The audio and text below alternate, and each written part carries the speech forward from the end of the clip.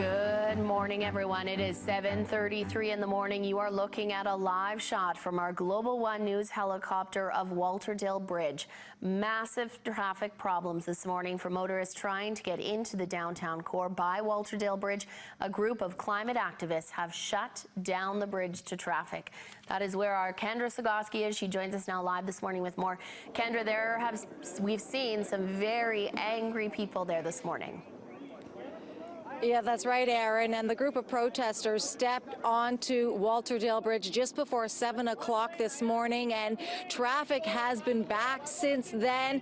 People are getting upset. Police have just arrived on scene, and many of the commuters who made their way out of their vehicles because they can't go anywhere are yelling at police, demanding to know why they are not arresting the people that are blocking the bridge. They've been begging the protesters to at least open up one lane of traffic so people can start funneling through.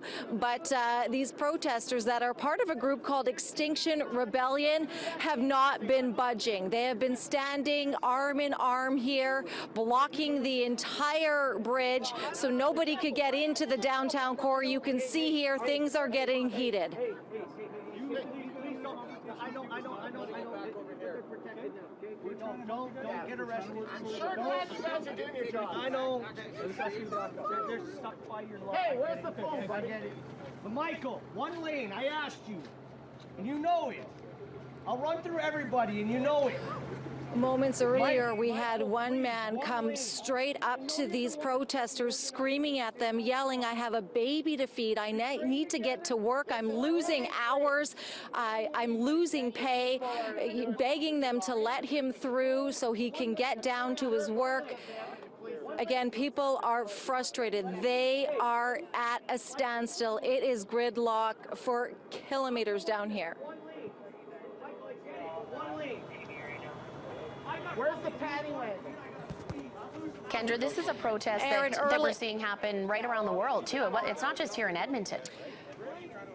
That's right. It's an international movement. We've seen it in Sydney, Australia. We've seen it in the UK, in London, and even it started out east in Halifax. And earlier this morning, there were a row of bikes that were stationed up here. People were so frustrated, they actually grabbed the bikes, threw them over the guardrail, saying these don't belong here either. Of course, they can't do that with the boat or the people standing here, but tension is rising. People are threatening to use violence if they have to, but so far, luckily, we haven't seen anything like that.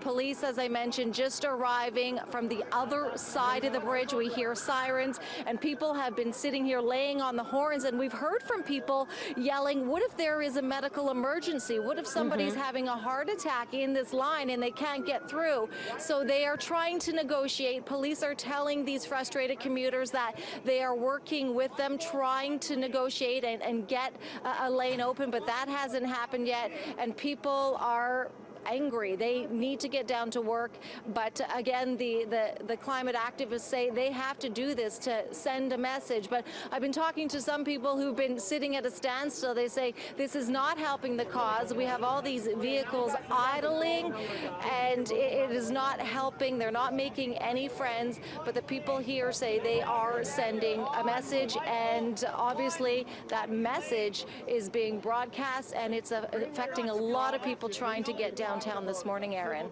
Yeah, it is. All right. Well, hopefully it remains a peaceful protest.